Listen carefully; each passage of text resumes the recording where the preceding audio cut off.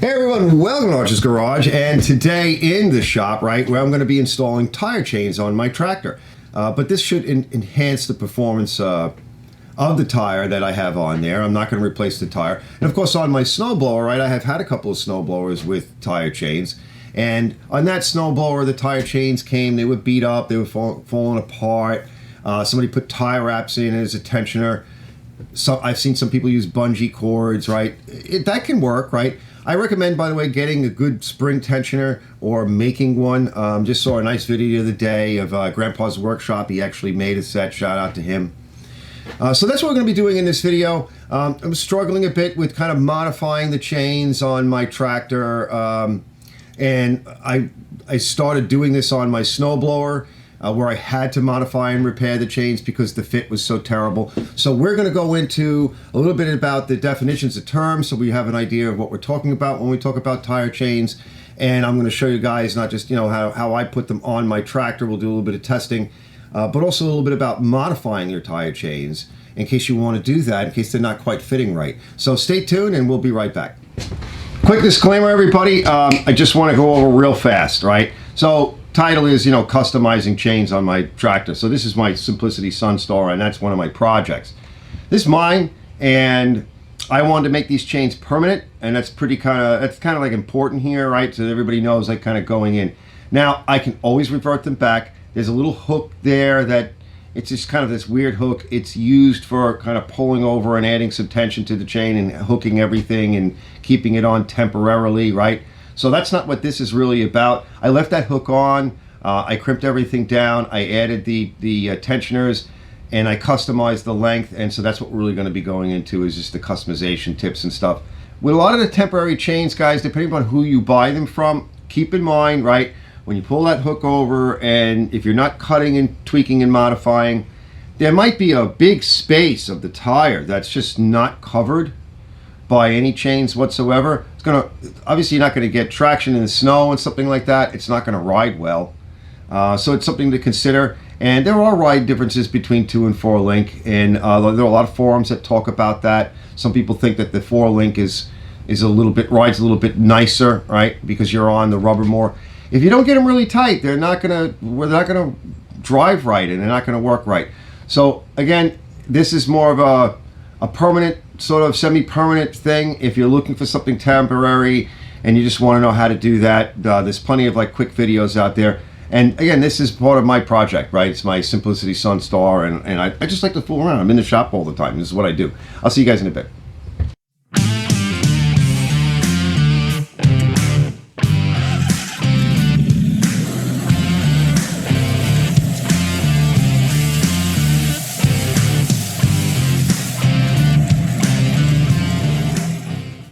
Welcome back, everybody, and in this video, in part, is brought to you by Super Clean, right, for helping out on this project. In part, Jessica, good shout out to Jessica over there. She's just great. She helps us out. This is the foamy version, and I'm just going to spray a little bit of this on my rims a little bit later on and get them sort of cleaned up. And I'm trying to level up the tractor a little bit and just get things, a little bit nicer. Now, we're going to get into a little bit of the definition of terms before we get started. What is a 2-link? What is a 4-link? What does that mean, and how does that affect the performance of the tire chains? Arch, when would I want a 2-link and a 4-link? Arch, what is a 2-link? You keep talking about 2-link chains versus 4-link chains. I don't know what the hell you're talking about. Let's go to a quick little segment real quick I just took, and I'm going to talk a little bit about what a 2-link versus a 4-link is, and we'll be right back. So let's start off with some definition of terms. So when we say 2-link versus 4-link, right, what does that mean? We'll call this the perimeter chain, the one that goes around the tire, the circumference of the tire right here, or this radius of the tire, right? And we'll call these the traction links, okay? And they go across the tire, not around the tire in a circle, but across the tire. And they're the ones that are interacting with the ground and giving you traction. So here on this circumference chain or perimeter chain, every second link, right, there's a traction chain. So I have a 2-link here. So every second link, there's a traction chain, and then another one.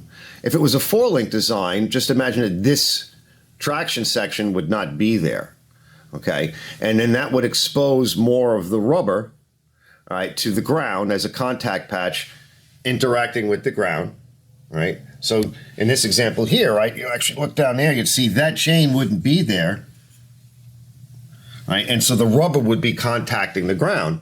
That's your contact patch. And what would that do or not do? What advantage or disadvantages would that have for us in a system like this? All right, and we'll go back and we'll talk about that.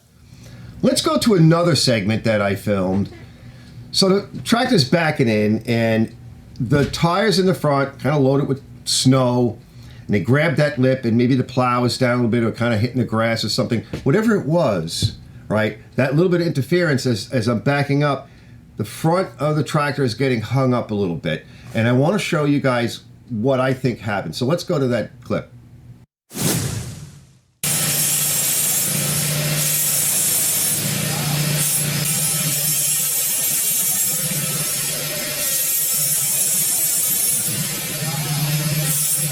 It's slipping because the chains are on that contact patch that I referred to, the part, and that's an important term, that's the part that contacts the ground.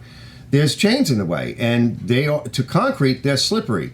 Now, you may not want that, right? And so my recommendation would be a 4-link. And as I explained in that earlier segment, 2-link versus 4-link, you might want to go to a 4-link so that when you come to that point of the contact patch and you're on either grass or on your driveway that you don't want to scuff up, or maybe even your tarmac and again your asphalt, you're on the rubber and you've got the right tire that you feel for your tractor, and maybe you've added some weight to the rear, and that's another consideration.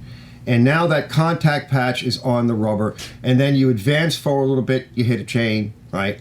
And then you advance forward a little bit, you're hitting the rubber, and you're kind of getting the best of both worlds. As with everything in life, guys, it's always a trade-off. Hard rubber versus soft rubber. How many chains going across versus fewer or more. Everything is some kind of a weird compromise, and price. So in that situation, I've read some forums in the past where people said, well, I like the 4-link on my driveway because I don't want to mess it up. I got a mint driveway, just poured it.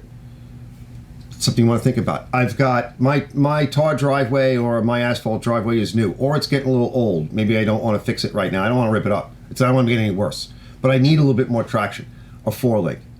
If you have a 4-link, right, that might be easier on your grass and you have a hill, that my tractor will create a rut. If it gets stuck and it can't move forward, what it does is it digs itself a hole.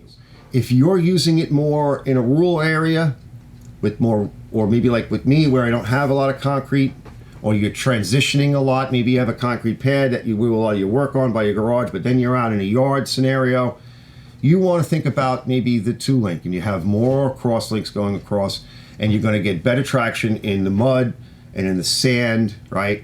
And the softer, gravelly areas. And of course, those areas, you know, you're not so worried about screwing them up. You don't want to dig a hole, but if you kick up a bit of this or that, right, you don't care. You can come back over with a plow or a rake or something and fix it later. And let's get to the rest of the video and put these chains on. I'll see you guys in a bit. I'm going to guess that these are the factory rims, you know, the ones that come with it. But these are skid steers, and they're in good shape. I mean, there's no reason right now to replace these skid steer tires.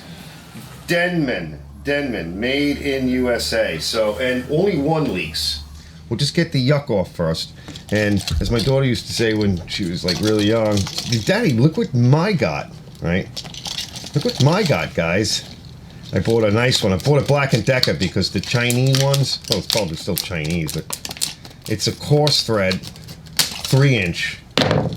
I love these little guys. This is still useful for like something, you know. It just doesn't have anything left. All the pieces are all in my socks and in my clothes. They shoot into your sweaters and your sweatshirt.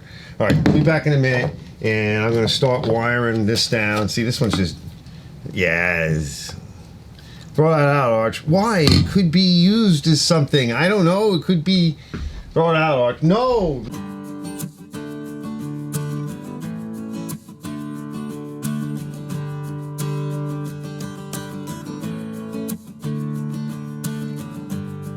Thanks, Super Clean. They're helping us out on this. So always give everything a rinse first.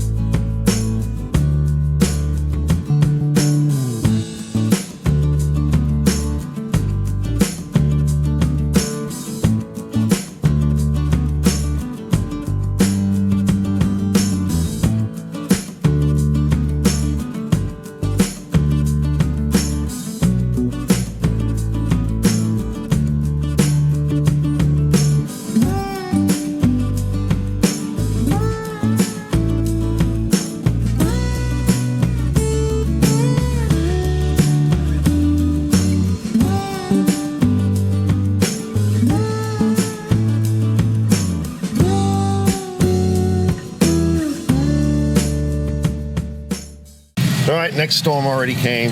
Van's frozen in. There's Mr. Doggy. I wanted to see if I could just do a little bit of plowing just to test it, maybe when I get back from the doctor. Now, while the tire's off, before we put the chains on, I'm just going to do a little bit of silicone on the tires. Now, you could use the store brand stuff, but what I like to make up is silicone brake fluid, .5. You take some of this, put it in a bottle. What you see in here is mostly water, a little bit of like commercial type cleaning vinegar, which is just nice. Just a little bit of dish detergent, a little bit of car wash because it makes it smell nice. But no, it helps. And then what you see in here is about that much of silicone. Now, you don't have to put this much detergent and everything in there, but it helps, right? So a lot of people ask me, what are your ratios? Well, what I like about this is I'm going to rag it down. So if it's something that might even be a little bit dirty and I just want to clean it, when I used to do a lot of detailing on my Nova before the shows, I like that little bit of extra detergent in there because when I went to rag it, I could put it on the hoses, on the engine, and I could rag things around and get things nice and clean. So that's why I still do it.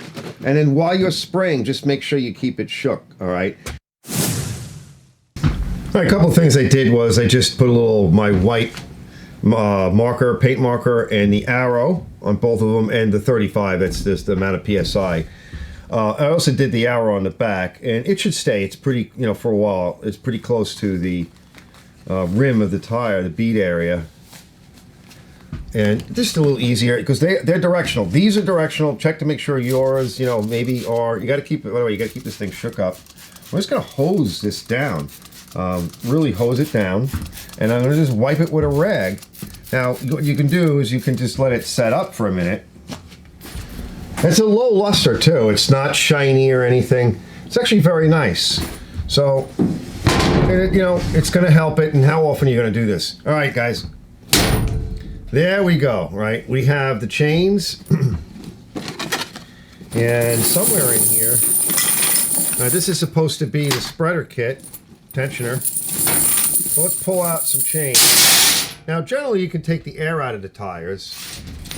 All right, I'm going to try to just lay it out and organize it because it's been kind of hooked on itself.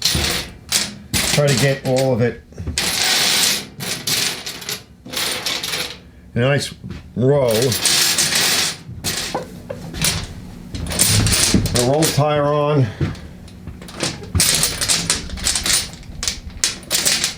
Now, there's a couple of ways to do this. There's a different type of hook here and on this side. So we could put that hook on the front, or we could put this. It's a special hook, and I'll give you a close-up at it a little bit later. So let's just roll this over. Let's see, make sure it fits, right? Because we don't know. Now, when it's on the tractor, there's a different way to do it. You can just literally drape it over. There we go. We're getting there. Just going to tuck it in a little bit more. That looks pretty darn good. It feels like it wants to go on this one. It's been bent all the way open, so I'm trying to find a spot to start crimping. There it goes. Once you get it in the right spot, it'll go. A little bit at a time.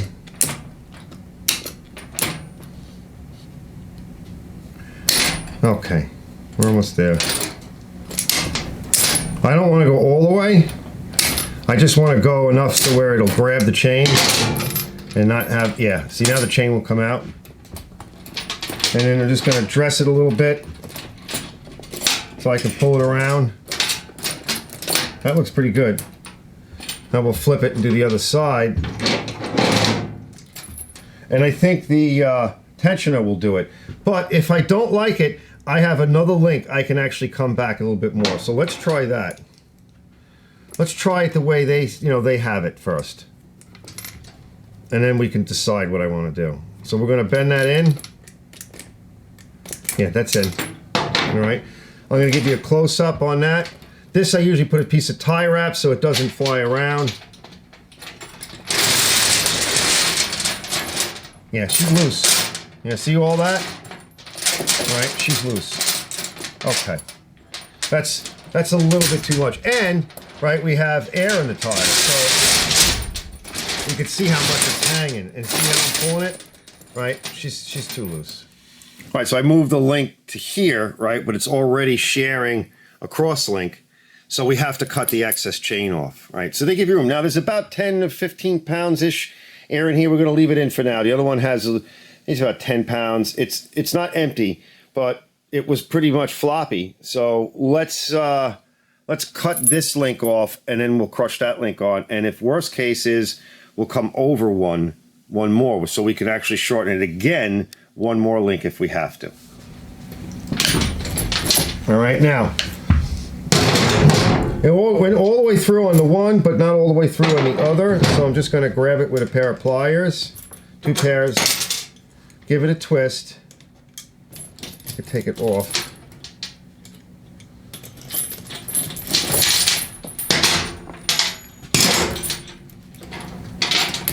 Done. All right, I'm going to bend that down. And you don't got to like crush them, just so that the links can't come out. You know, it's a malleable steel, so it'll allow you to make adjustments.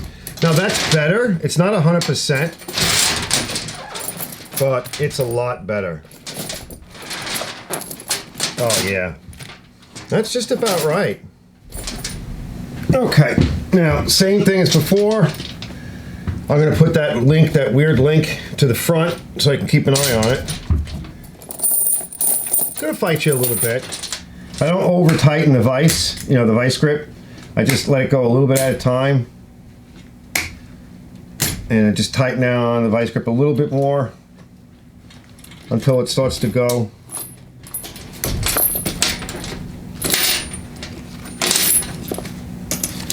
Good twist. If it cut through all the way, I don't think it did. Yeah. I'll tighten up a little. Bend it over. See, once you get that angle, you're good. We can change it a little bit too.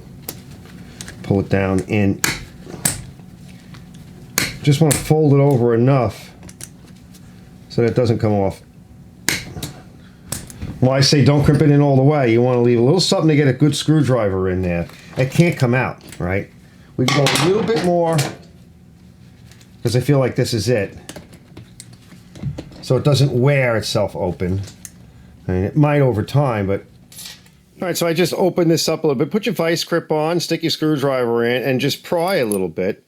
And now we'll be able to connect it to here. So I'm going to cut this link, and we should be able to bring it into this link here. So we'll put this link over here. We're going to remove this link. That's good.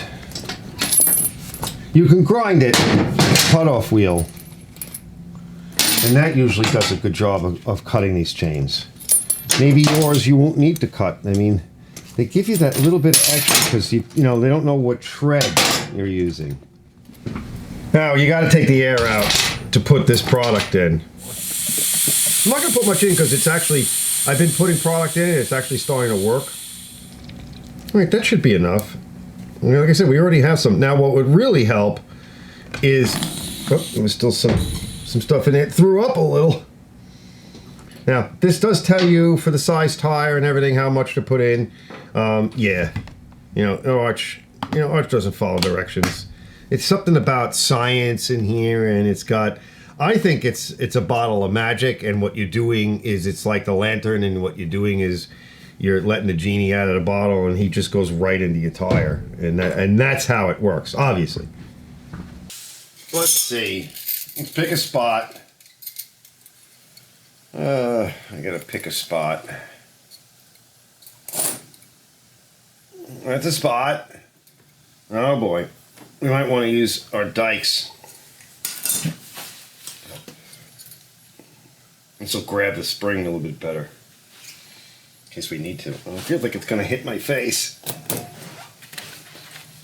Well, that kind of works. I think as you drive it, it'll pull in. I think that looks pretty good. We do the other side, we'll get it down, and we'll get it outside. I'll find a patch of snow to at least test it. I mean, you gotta test it, you know. So there's a little bit of like a before, after. You see all that hangy, you know, sagging. But then when the tensioners are on, right? Feels like it looks a lot tighter. That's better. Later.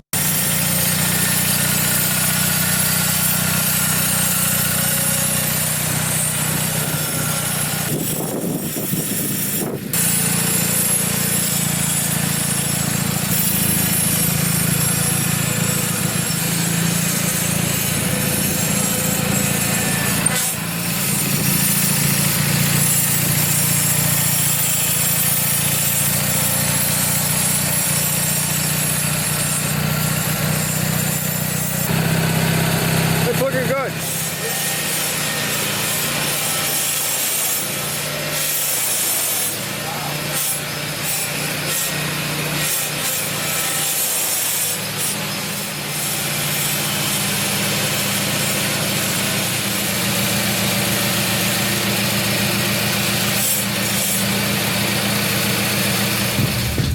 Alright guys, I think the tension has helped out a lot. It seemed to work well. I know the engine's running really good. And it seemed to get much better traction. What'll happen sometimes with big lug tires like this is the chains will fall in between the lugs and it's gonna change your traction a little. Give it some thought. It's up to you guys. I'll see you on the next one. Arch's Garage.